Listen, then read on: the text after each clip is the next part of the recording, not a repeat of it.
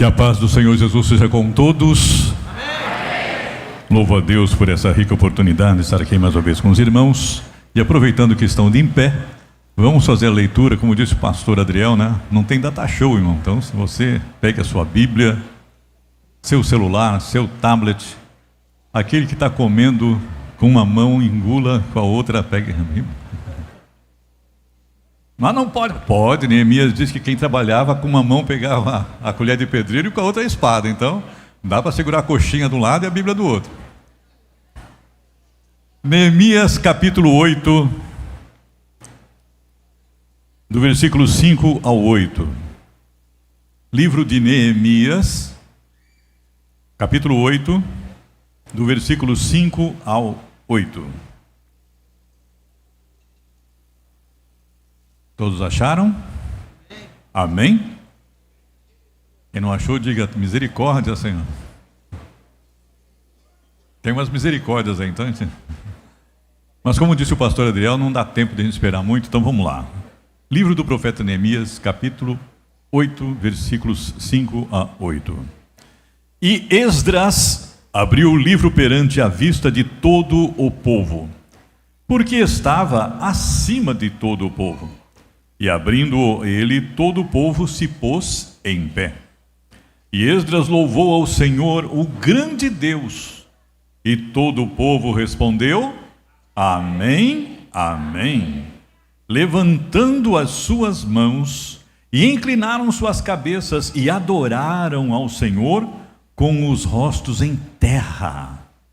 E Jesuá, Bani, Serebias, Jamim, Acube, Sabetai, Rodias, Maazéias, Quelita, Azarias, Josababe, Anã, Pelaías e os levitas ensinavam o povo na lei, e o povo estava no seu lugar, e leram no livro, na lei de Deus, e declarando e explicando o sentido, faziam que, lendo, se entendesse. Amém?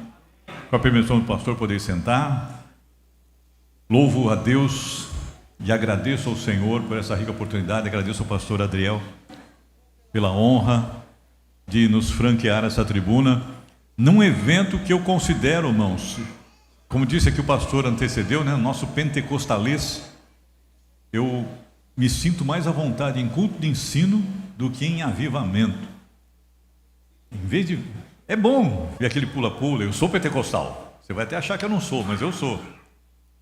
Mas eu entendo que no culto de ensino, na palavra de ensino, existe alimento sólido. Na festa do pula-pula, você pula que nem um milho na panela com óleo quente. Só que depois que estoura, acabou. Agora a palavra não, ela vai te alimentar o resto da vida. E nós estamos falando aqui sobre Neemias. O interessante é que Neemias, para nós, está no livro dos profetas, mas os judeus não o consideram profeta. A Bíblia hebraica, ela tem 3 seções. Eu não sei se os irmãos estão entendendo bem, eu estou vendo muito eco aqui, mas está dando para entender? Amém? A Bíblia hebraica não é igual a nossa. A nossa tem 39 livros. A Bíblia hebraica tem 24. Pastor, cadê os 15 que faltam? Estão ali no meio. É que de Oséias até Malaquias é um livro só. Ele é chamado de os 12. Então não tem um livro para cada profeta menor, que nós chamamos de menor. Os hebreus chamam de profetas posteriores. Então esses 12 profetas estão num livro só. O livro de Samuel, que nós temos 1 e 2, para os judeus só tem um. É só Samuel e acabou. Nosso livro de crônicas, temos 2 livros de crônicas. Os judeus só tem um, de Vei de Barim, só. E livro de reis, nós temos 2, primeiro e segundo reis. Na Bíblia hebraica só tem um. Então esses 15 livros que nós temos separados da nossa Bíblia ocidental, eles estão lá na Bíblia hebraica, só que eles não estão divididos como o nosso. E nós dividimos entre livros lei, proféticos, históricos, poéticos. Os judeus dividem diferente. Tem a lei, os 5 livros de Moisés. Depois vem o livro dos Neviim, que são os profetas, que tem os anteriores e os posteriores, e depois eles chamam de Ketuvim, a terceira parte, que são os livros, os escritos sagrados, que não são proféticos. E interessante que o livro de Neemias, que é um livro só também, Esdras e Neemias é um livro só. Esra e Nehemiá é um único livro que tem no livro, na parte do Ketuvim. Não está entre os proféticos, está entre os escritos. Aliás, é o penúltimo livro da Bíblia hebraica. Aí alguém diz assim, não tem importância. Tem, por quê? Porque conta a história. Se eu perguntar aqui qual é o tema principal de Neemias, a maioria vai dizer reconstrução.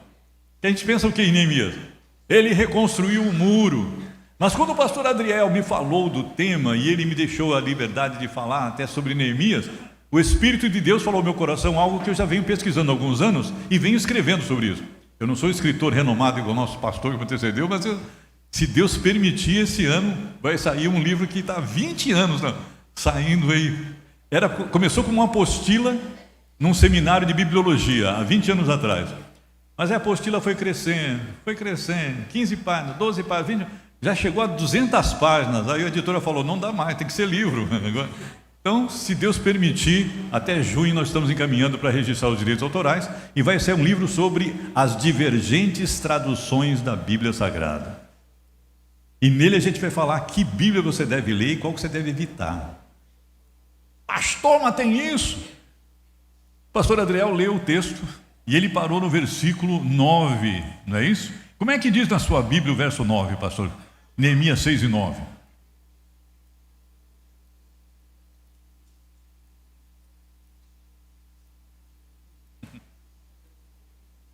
Só para os irmãos, veja na sua Bíblia aí. Porque todos eles nos procuravam atemorizar, dizendo: as suas mãos largarão a obra e não se efetuará. Agora, pois, ó Deus, esforça as minhas mãos. A sua também diz assim? Quantas mais diz assim, agora Deus esforça as minhas mãos? Deixa eu ver aí. A maioria. Quem tem outra versão diferente no finalzinho? É por isso, pastor, que na hora da leitura o pessoal fica embaca daqui, embaca dali. Por quê? Nós temos tantas versões diferentes. E se os irmãos pegarem uma, eu peguei aqui até uma que eu estava caçando aqui. Quando eu pego o celular, irmão, eu não estou vendo WhatsApp nem Facebook, viu? É que eu tenho 36 Bíblias aqui dentro. Então tem hora que eu lembro, eu tenho que caçar uma aqui. Lembrei, onde é que eu vi isso? Aí até achar, se Deus permitir, o mês que vem eu vou fazer, final desse mês eu vou fazer 68 anos. Então o Tico e o Teco já estão trombando um no outro, né? Então está difícil. Tive que passar até por um neurologista aqui em Caraguá, porque estava com estafa mental, estudando ao mesmo tempo. Tive que parar alguns estudos que eu estava fazendo. Mas Deus dá graça, Deus dá graça. Então quando a gente pega aqui é porque a gente está lendo alguma coisa. E a nova versão transformadora, ela é interessante porque ela diz assim no final do versículo que o pastor leu: assim, continuei o trabalho com determinação maior.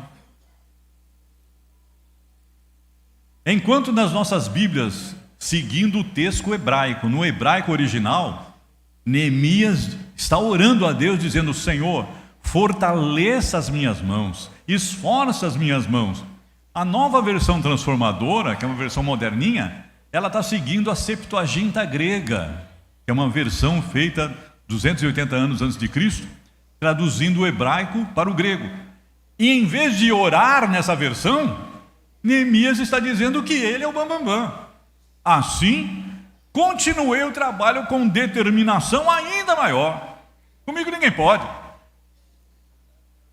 Aí o irmão pega uma versão dessa e vai dizer: não, é triunfalismo puro. Não, amado, sem Deus nós não somos nada. Sem Deus não somos ninguém. Sem Ele nós não estaríamos aqui. É Ele quem nos dá a graça, é Ele que nos dá entendimento. Então veja que até isso estão tirando das nossas Bíblias, tirando fora a nossa dependência de Deus para pensar que você pode fazer alguma coisa pela tua própria força. Não pode. E ainda que você faça, não vai ficar bom. Por quê? Se Ele não estiver no negócio. Você vai ter popularidade, vai ter fama, pode até arrumar fortuna, mas não tem graça. E não adianta construir as coisas aqui se não for para a glória dele. Oh meu Deus, ó, até os irmãos deram glória, eu achei. Aleluia, está fazendo a digestão aí do café. Então vamos lá. Vamos pensar o seguinte, meus queridos. Nesse texto que nós vemos aqui, eu vou correr rapidinho aqui. No versículo 8 que nós lemos, diz-nos aqui que leram no livro da lei, declarando e explicando o sentido. Esse texto ele é bem debatido nas diversas traduções bíblicas. Por quê? Porque a palavrinha no texto hebraico, os irmãos sabem que o livro do Antigo Testamento foram escritos na língua hebraica. Tem uma versão, que é a versão grega, Septuaginta, ela é bem diferenciada. Até quando você pega o capítulo 6 de Neemias, dos versículos 6 e 5, ela corta esses versículos. A Septuaginta não tem. Assim como quem tem muita versão moderna hoje, a NVI, a NVT, que lá em Atos Apóstolos corta também alguns versículos. Por quê? Porque eles seguem versões. Então é preferível ir na fonte do que procurar alternativas.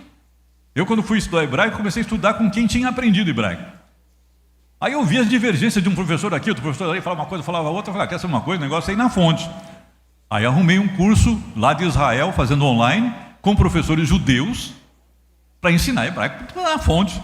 A mesma coisa do grego. Eu estudei grego, fiz escola em São Paulo, fiz em São José, fiz em alguns lugares, e aí eu percebi que alguns detalhes, um professor dizia, não, essa parte do acusativo é diferente disso aqui, não, o dativo não é desse jeito. Eu falei, quer saber de uma coisa? Vou pedir a Deus direção, e Deus me abençoou, irmãos. Quando você tem vontade, Deus abençoa e abre portas. Ganhei uma bolsa para estudar na Universidade de Atenas, na Grécia, para fazer um curso de grego clássico. E aí o Senhor me abençoou, me concedeu essa graça de pagar apenas uma parte do curso, que é muito caro, porque é em euro. E aí fui estudar grego com eles para quê? Ah, pastor, é só para se mostrar? Não, amado. A gente tem que ir na raiz. A palavra de Deus nos diz lá em 2 Timóteo capítulo 2, verso 15, procura apresentar-te como um obreiro aprovado, que faz o quê? Que maneja o quê?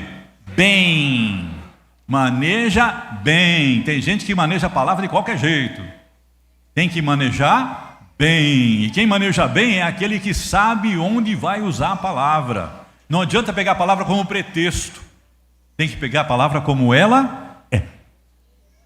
E quando falamos de Neemias, por isso que eu estava dizendo, já falamos, Neemias é um reconstrutor de muros. Para mim, Neemias é reconstrutor da nacionalidade judaica e da fé em Deus. Por quê? Porque nesse capítulo 8, Neemias pensou, já levantamos o muro, já arrumamos a porta, mas o povo está andando de qualquer jeito. O que esse povo precisa? Palavra de Deus. Não adianta levantar as paredes, não adianta pôr porta bonita, não adianta fazer tanta coisa. O povo precisa entender a palavra de Deus. E é por isso que temos esse texto. Esdras mandou levantar uma plataforma alta para que ele pudesse ficar por cima de todo mundo. E a Bíblia nos fala aqui, em Esdras no capítulo 8, nós vimos aqui no versículo 5, que quando ele abriu o livro, todo o povo se pôs em pé, em respeito, em reverência. Em reverência ao quê? A palavra de Deus. Deixa eu aproveitar e dar um pitaquinho aqui, mano. Em respeito ao pastor, presidente que está aqui, mas é um lembrete para todos nós. Quando se estiver fazendo a leitura da palavra, não entre. Não ande. Não converse. Por quê? Porque não é ele que está falando. É Deus que está usando a boca dele para falar com o seu povo. Quantos aqui acreditam que a Bíblia é a palavra de Deus? Então, quando está se lendo o texto sagrado, não tem que andar, não tem que conversar, não tem que fazer festinha, não tem que fazer nada. Reverência com a palavra de Deus. E quando o povo viu que Neemias, que Esdras estava levantando a Torá, que estava lendo o livro de Deus, todo mundo se pôs em pé em reverência à palavra, em respeito à palavra. Ei, a palavra é que alimenta, a palavra que cura, a palavra transforma, a palavra renova, a palavra fortalece, a palavra muda situações. Quando o inimigo foi enfrentar o Senhor Jesus, ele não se defendeu. Eu posso multiplicar pão, eu posso ressuscitar morto. Não, está escrito, está escrito, está escrito. Mas hoje tem crente que é levado de roldão por testemunho de Jeová, porque quando ele chega com alguns versículos amados, você não conhece Bíblia e deixa ele falar o que quiser. Não, você tem que dizer: eu sei em quem eu tenho crido. A palavra do Senhor está escondida no meu coração para não pecar contra ele. Então vimos que Neemias, primeira coisa que ele fez: o povo precisa de palavra. Chamou Esdras, que é sacerdote, pôs numa plataforma e mandou que ele ensinasse o povo. E a Bíblia nos fala aqui, no verso 8: lendo a lei de Deus, declarando e explicando o sentido. Essas frases é que são muito debatidas no hebraico, porque quando ela migrou para a língua grega, deu uma mudada no sentido. Explicar o sentido, aí nós vamos falar um pouquinho. A palavra sekel no hebraico, ela tem vários significados. Tem uma etimologia primária, que é a denotação primeira, e tem conotações secundárias. É a mesma coisa em português. Você tem uma palavra que quer dizer uma coisa, mas você também pode usar para outra. Se eu chego aqui e falo manga, quem está com fome vai pensar na fruta, né? Mas quem está aí, a costureira, vai pensar: será que minha manga está rasgada? Então a gente usa a palavra para um monte de coisa. A mesma coisa na língua hebraica, como em todos os idiomas. A palavra sekel, ela é traduzida principalmente para dois sentidos: explicar e traduzir. Tem diferença? Tem. Explicar o sentido, eu leio um versículo e vou explanar o sentido daquele versículo. Agora, digamos aqui que eu vou ler aqui um texto em inglês. Aí só quem sabe inglês vai entender. Quem não sabe inglês, eu vou ter que explicar? Não, eu vou ter que traduzir. E a questão, o maior debate que tem, se os irmãos entrarem na maior parte dos comentaristas, inclusive esse aqui do Champlin, eu tenho essa coleção que é muito boa, mas eu vou comprar também, de repente eu ganho, porque a minha está muito velha, forrada, quem sabe, né? Deus me abençoe, Senhor, olha eu aqui, né? Excelente. Russell Champlin, grande comentarista dos textos sagrados, ele também vai explicar que estava interpretando os textos. E eu, com todo respeito, reverenciando o inominável saber do nosso colega, mas eu quero dizer que eu discordo. Para mim, a palavra sekel tem o sentido de traduzir. Por que traduzir, irmãos? Porque no ano 722, a Assíria invadiu o Reino do Norte, destronou e levou as 10 tribos cativas, e a Bíblia Sagrada nos fala claramente um sentido. Se você puder, rapidinho, não vou tomar muito tempo, segundo livro de Reis, capítulo 17, versículo 24. Quem está com Bíblia aí? Ah, pastor, mas hoje é bom. Ô pastor, hoje é evento. Então, evento tem que estar com a Bíblia na mão. Segundo livro dos Reis, capítulo 17, verso 24. Irmãos, sempre que falar Antigo Testamento é masculino, viu? Primeiro Samuel, segundo Samuel. Primeiro Reis, segundo Reis. 17, 24. E o rei da Assíria trouxe gente de Babel, e de Cuta, e de Ava, e de Ramate, e de Sevarfaim, e fez habitar nas cidades de Samaria, em lugar dos filhos de Israel, e tomaram a Samaria em herança, e habitaram nas suas cidades. Amém. A Síria invadiu o Reino do Norte, as 10 tribos. E para que eles perdessem a identidade de judeus, porque eles eram um reino dividido, mas ainda eram judeus. Eles adoravam a Jeová, o rei o Senhor dos exércitos. Eles tinham o mesmo conhecimento teológico que os judeus da tribo do sul, de Judá e Benjamim. Eles ainda eram judeus. Sargão, para tirar a identidade deles, fez o quê? Trouxe 5 povos diferentes, misturou com os que estavam ali, que já haviam ficado, para que eles perdessem a sua identidade. A partir daí, eles deixaram de falar hebraico e foram falar a língua dominante da Assíria e desses 5 povos, que era aramaico. Tem diferença? Bastante diferença. Tal diferença que, se você vê, volta para Neemias aí, capítulo 13, versículos 23 e 24. Hoje é dia de ler Bíblia, irmão. Primeiro teve, foguinho santo que nos alegrou a alma. Agora vamos puxar um pouquinho a Bíblia aí. Neemias 13, 23. Vamos ganhar tempo, que o meu tempo já foi embora. Neemias diz assim: vi também naqueles dias, quem? Judeus. Ele estava mostrando isso lá, ele já estava lá em Israel, lá em Jerusalém. Aí ele disse: vi também naqueles dias, judeus, que tinham casado com mulheres asdoditas, amonitas e moabitas. Agora, olha o verso 24, o que ele declara: e seus filhos falavam meio asdodita, e não podiam, outras versões diz, não sabiam falar judaico, senão segundo a língua de cada. Então por que eu creio que Neemias, quando mandou o Esdras subir no palanque e fazer a leitura da Torá, ele tinha colocado 13 auxiliares e mais os levitas, não para explicar o texto, mas para traduzir para o aramaico, porque o povo já não entendia mais o judaico. O texto está claro, mas tem, né, os doutores, PhD, um monte de coisa. Não, ele estava só explicando a lei. Não, o povo já não entendia mais a língua hebraica. O povo falava aramaico. Irmãos, é tão forte isso, o aramaico se tornou o que a gente chama de língua franca. O que é a língua franca? É como o inglês hoje. Você vai no Japão, na Arábia, em qualquer canto, se você falar umas palavrinhas de inglês, você se vira. Qualquer lugar. Porque o inglês hoje é língua franca, é aquela língua que se usa para o comércio, para todas as atividades internacionais. E naquele tempo, por causa dos impérios que subiram, principalmente da Babilônia, o aramaico se tornou a língua oficial de todos os lugares conquistados. Os judeus falavam aramaico. Hebraico só se usava na sinagoga ou no templo.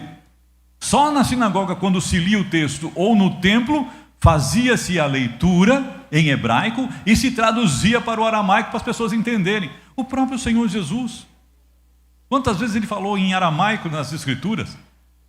Mateus tenta hebraizar, quando ele diz lá na cruz, Eli, Eli, em hebraico é El, Deus, e a letra Yud no final é o pronome possessivo da primeira pessoa. Eli, Eli, meu Deus, meu Deus. Aí ele diz lema sebactani, em hebraico. Já Marcos vai falar em aramaico. Eloi, Eloi. Esse O aí não está aí por acaso. É porque o aramaico não chama o Deus de Eli, ele chama de Eloá. E aí de onde vem Elohim. Então o hebraico e o aramaico têm similaridades, sim, mas tem distinções. E o Senhor Jesus Cristo usou muitas vezes o aramaico. Quando ele viu aquela menina, filha de Jairo, ele não falou em hebraico com ela, ele falou em aramaico.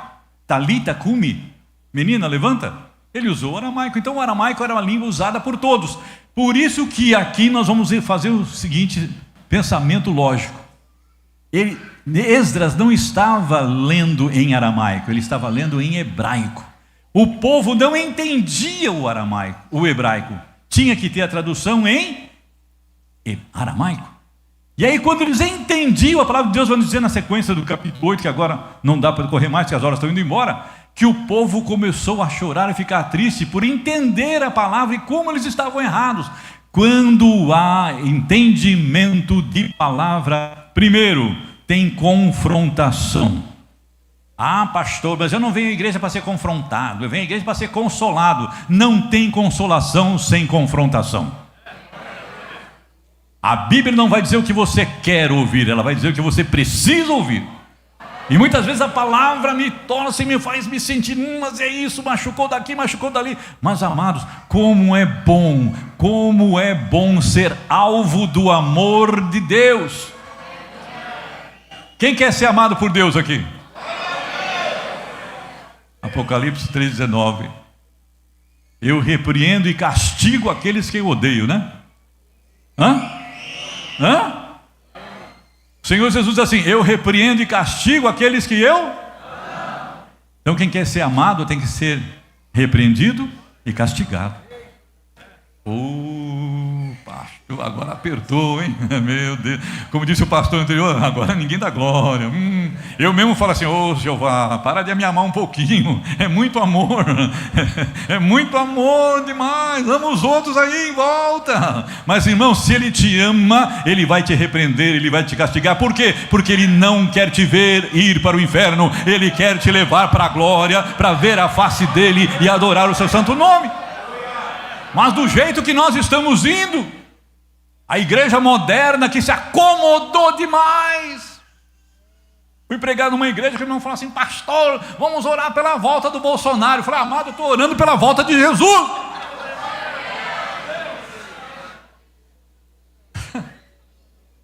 Quer fazer campanha? Campanha, amado. Eu estou aqui esperando o meu Salvador voltar. Eu quero ouvir o soar da trombeta de Deus. Eu quero ouvir a voz dele chamando o meu nome. Mas hoje tem gente assim: vai melhorar, vai melhorar nada, irmão. Ei, tenho duas notícias para te dar, uma ruim e uma boa. Qual você quer primeiro? A ruim, né? Vai piorar demais. Ei, vai piorar demais. Os projetos que estão tramitando no nosso Congresso Nacional é para acabar com pregação do Evangelho em praça pública, é para acabar até com atividades em igrejas, é para destruir família e um monte de coisa a mais. Vai piorar muito. A boa notícia: aquele que prometeu e não falha disse: eis que estou convosco todos os dias. Eis que estou convosco todos. Pastor, mas ele vai para a cadeia. Vai para a cadeia, mas lá vai ter alguém que vai estar te consolando. Pastor, mas eu perdi isso, perdi aquilo. Você pode perder tudo aqui na terra, passarão os céus e a terra, mas esta palavra não vai passar. E Neemias entendia que se o povo não entendesse a palavra, não adiantava nada reconstruir muro, levantar porta, fazer tudo bonito e lindo. Pastor, olha, a nossa igreja, ela tem mármore, ela tem isso, tem aquilo. Me faz lembrar a igreja de Laodiceia. Jesus disse: vocês têm tudo, dizem, não tenho falta de nada. Não faltava nada mesmo. Só faltava o principal. Quem? E a gente usava tanto esse versículo dizendo para o pecador: Jesus, pecador, Jesus está falando com você assim, eis que estou à porta e bato. Jesus não está falando com o pecador. Jesus está falando com a igreja, que se enfeitou de tudo e pôs ele para fora.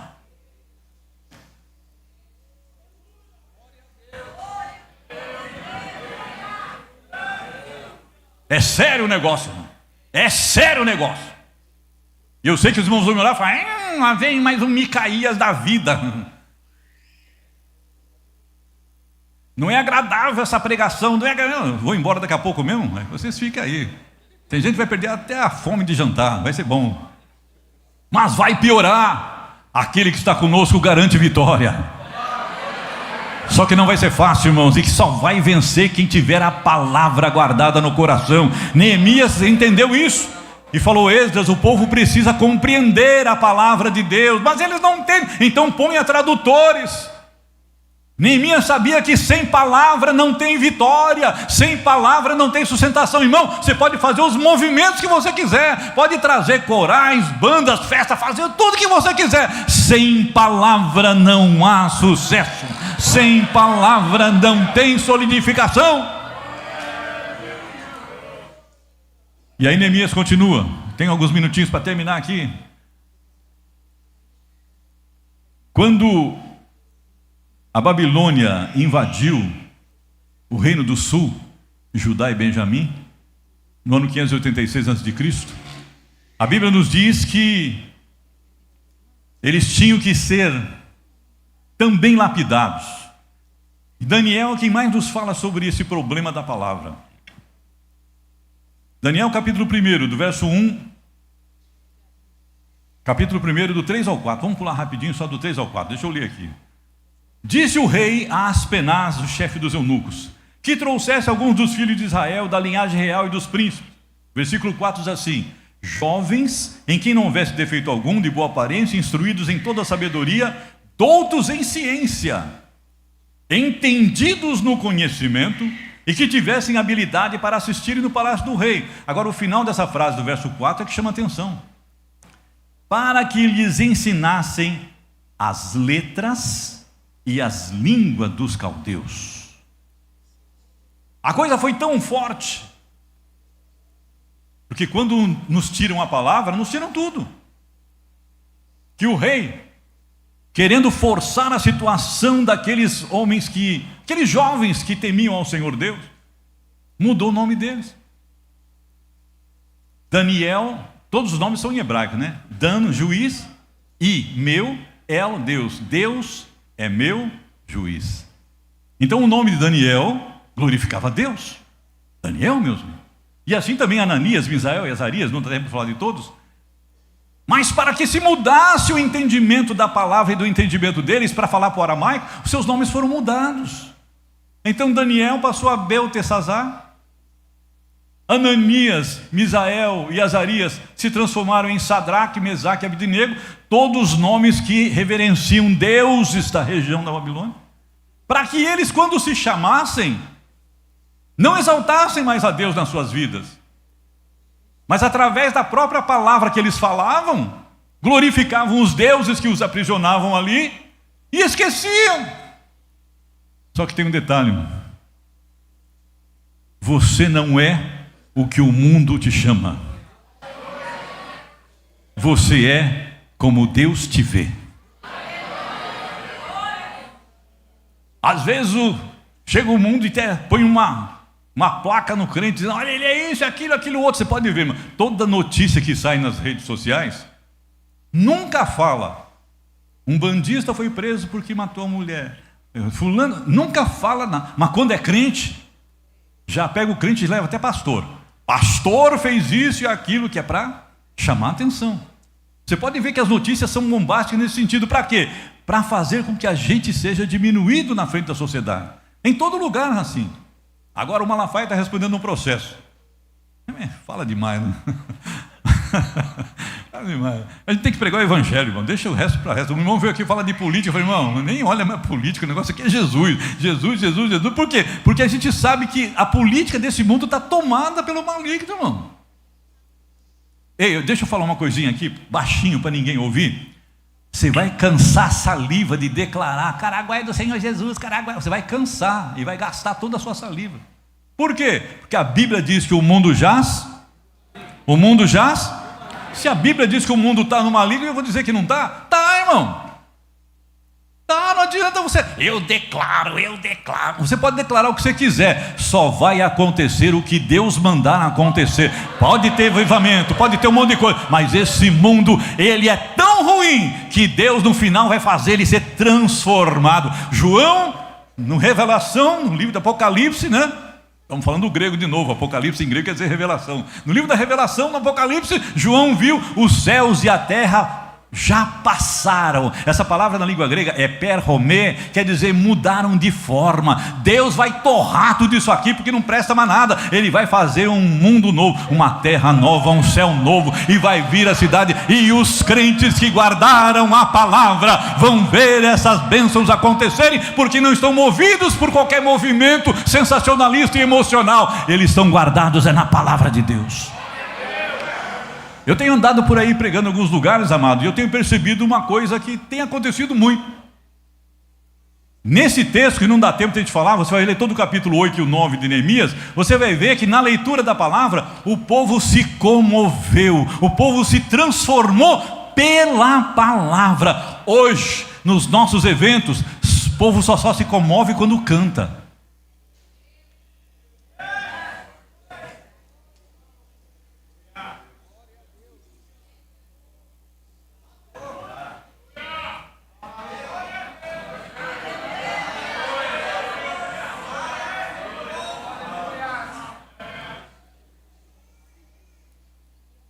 Filho de pai ateu, eu era ateu. Me converti, não numa festa de jovem, de congresso, me converti lá nas pedras do Cabaraú, em Ilhabela. Sunga, maço de cigarro ministro aqui do lado, cabeludão, óculos redondo, que eu achava que eu parecia John Lennon. Eu era roqueiro metaleiro. Vai, pastor Adel, daqueles de só tocar Black Sabbath, AC/DC, Deep Purple, Led Zeppelin. E eu era guitarrista solo de um grupo, então eu só ficava. E ali naquelas pedras do Cabaraú, eu olhando o mar batendo na costeira, eu pensava: a água é tão mole que escorre pelos meus dedos, mas ela consegue fazer buraco na rocha que a minha mão não faz. Quem segura essa água? E ali naquela praia, do jeito que eu estava, irmão. Foi isso que o pastor pregou antes: obreiro improvável num lugar improvável. Jesus vai chamar alguém num culto de jovens, Jesus vai chamar alguém numa festa. Não, Jesus chama até lá, irmão, caído na sarjeta, em qualquer lugar, que quando Ele quer operar, ninguém pode impedir. E ali naquela hora do camarão, naquela costeira, aqui na minha cabeça, não foi nem no pavilhão auricular, nem no ouvido médio, foi aqui no cérebro. 5 palavras numa voz masculina grave e manso, bem suave: eu criei todas as coisas. O cabeludão, viciado em tudo, ateu, num segundo, tinha se convertido a Deus, porque eu sabia quem estava falando. Eu falei: aquele que eu não acredito que existe, é Ele que está falando comigo. E ali, eu vejo gente lutando para largar cigarro, droga e um monte de coisa. Ali o Senhor fez uma limpeza geral. Ali acabou, ali quebrou todos os grilhões, ali fez uma transformação total. Palavra, palavra, palavra, palavra, palavra, palavra, palavra, palavra, palavra, palavra. Ah, eu vou no culto e na festa porque eu quero ver quem vai cantar, eu quero ver o show. Não, eu vou lá porque eu quero ouvir o meu Pai, meu Deus, falar comigo pela sua palavra. E eu não vou lá para ouvir o que eu quero ouvir, eu vou lá para ouvir o que Ele quer me falar. E aquilo que Ele falar, eu vou dizer amém.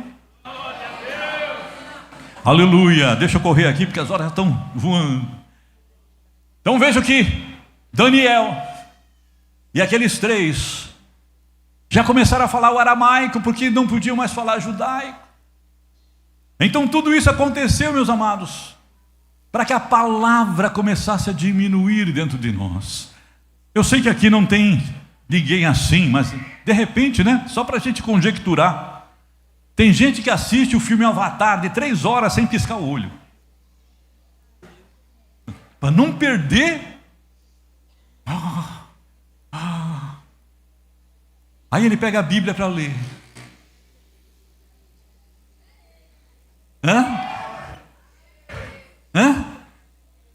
Quando ele pega a Bíblia, ele começa a ler. No princípio era o verbo. Ei!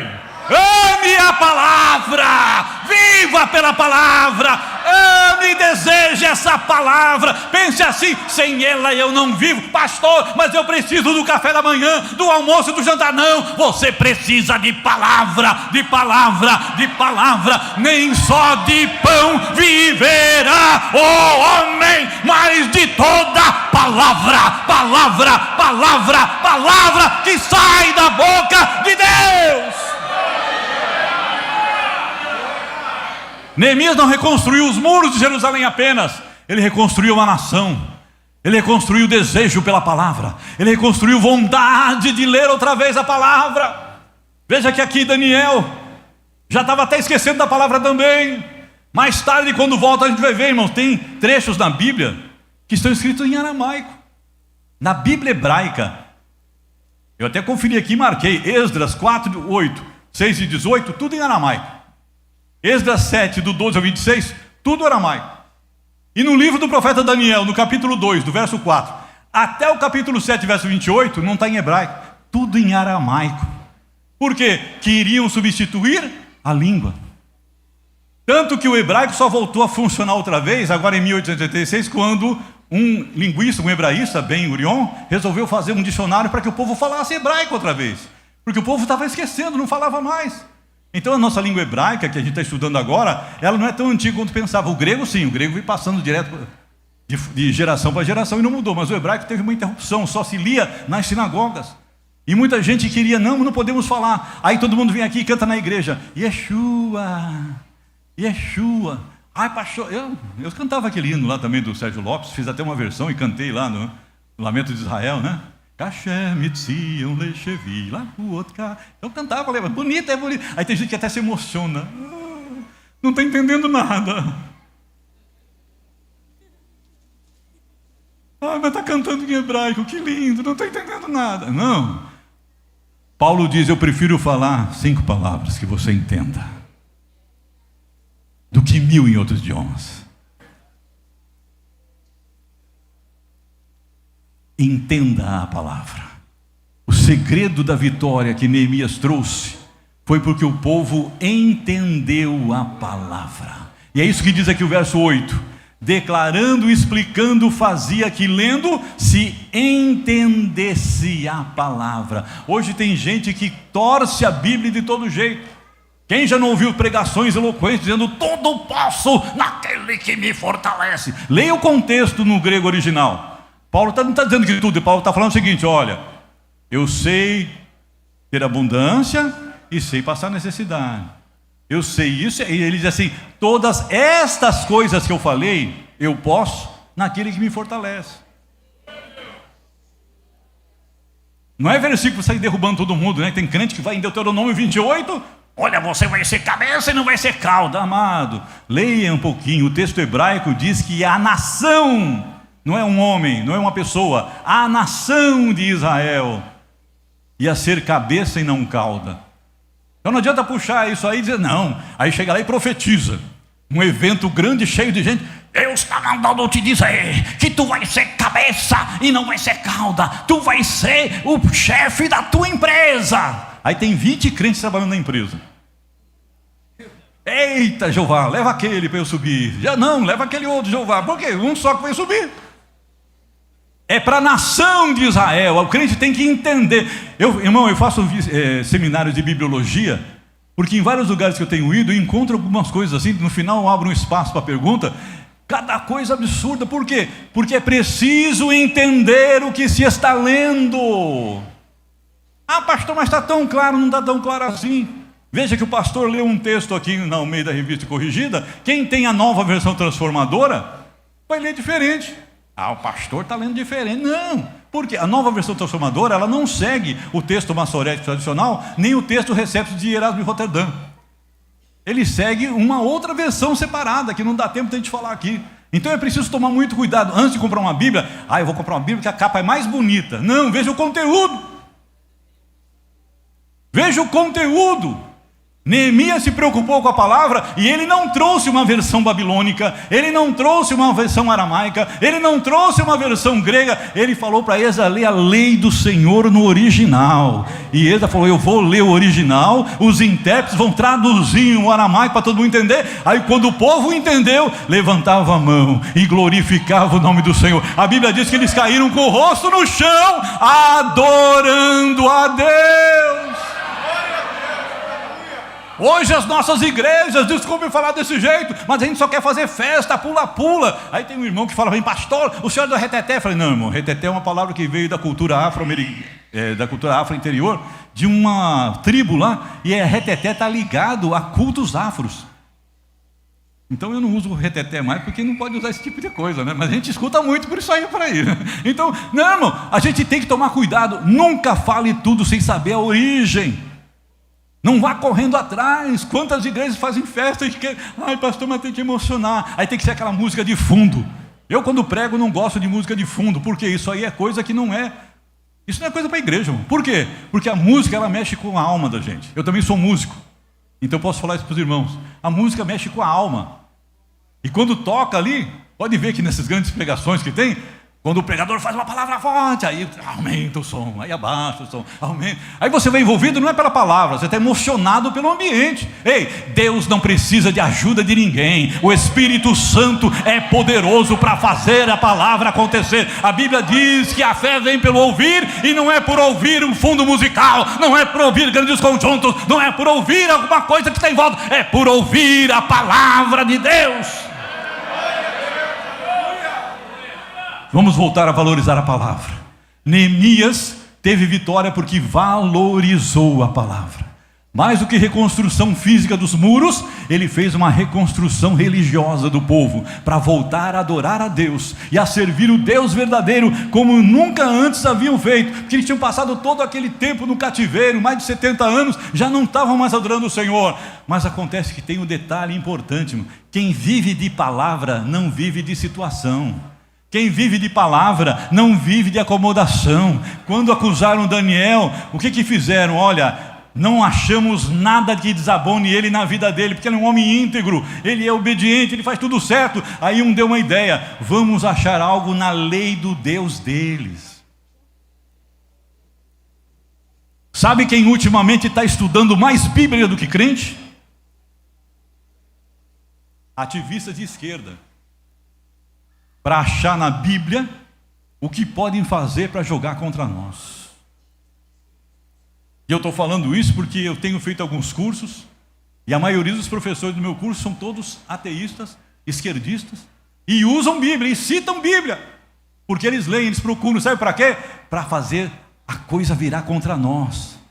O que o diabo fez contra Jesus? A tradição dos judeus, não, ele foi tentar Jesus com palavra. Está escrito a teu respeito. Ele levou Jesus lá no alto monte, e aí fica já um parênteses, né, para quem diz assim: o diabo não tem poder, ele só tem força. Não, você está enganado. Ele era um querubim ungido, tão poderoso que nem o arcanjo Miguel quis disputar com ele o corpo de Moisés. Ele falou: que o Senhor te repreenda, porque ali, ó, ele era querubim, a patente mais alta no céu. E ele levou Jesus até o pináculo do templo, mais de 50 metros de altura, e falou: joga daqui abaixo, está escrito a teu respeito, aos seus anjos darão ordem a teu respeito, para que não tropece pedra alguma. E Jesus, que podia fazer: não, eu sou crente, eu faço, eu sou filho de Deus. Não, ele falou: não, está escrito, não tentarás o Senhor teu Deus. O inimigo conhece mais Bíblia que muito teólogo.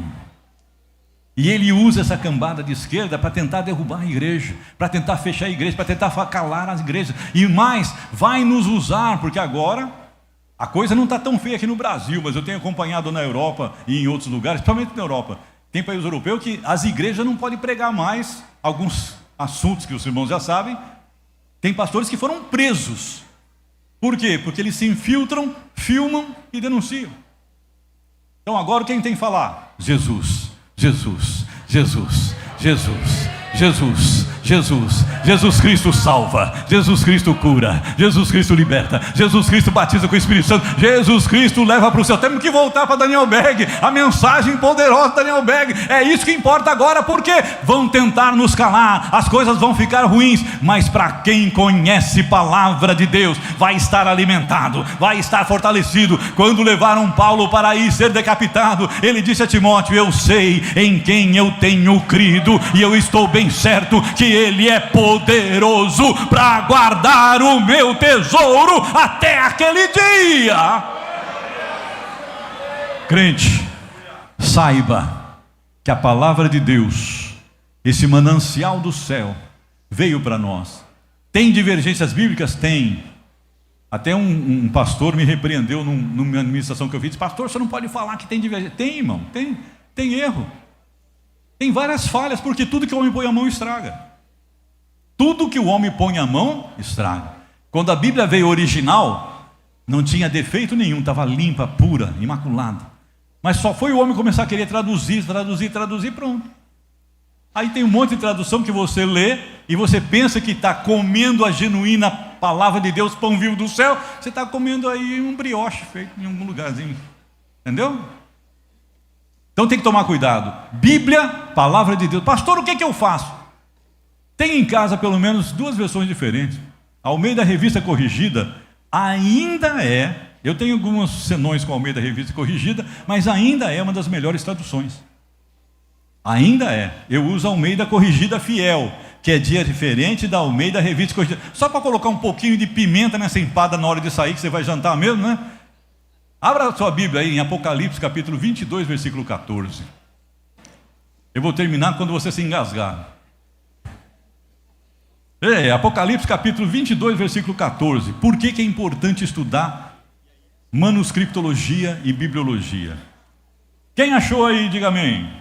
O que diz aí Apocalipse 22, 14?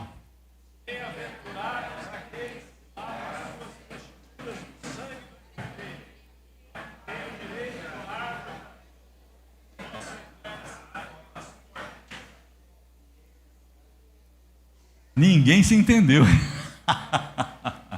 Por quê? A Almeida Revista e Corrigida, ela teve esse título a primeira vez em 1883.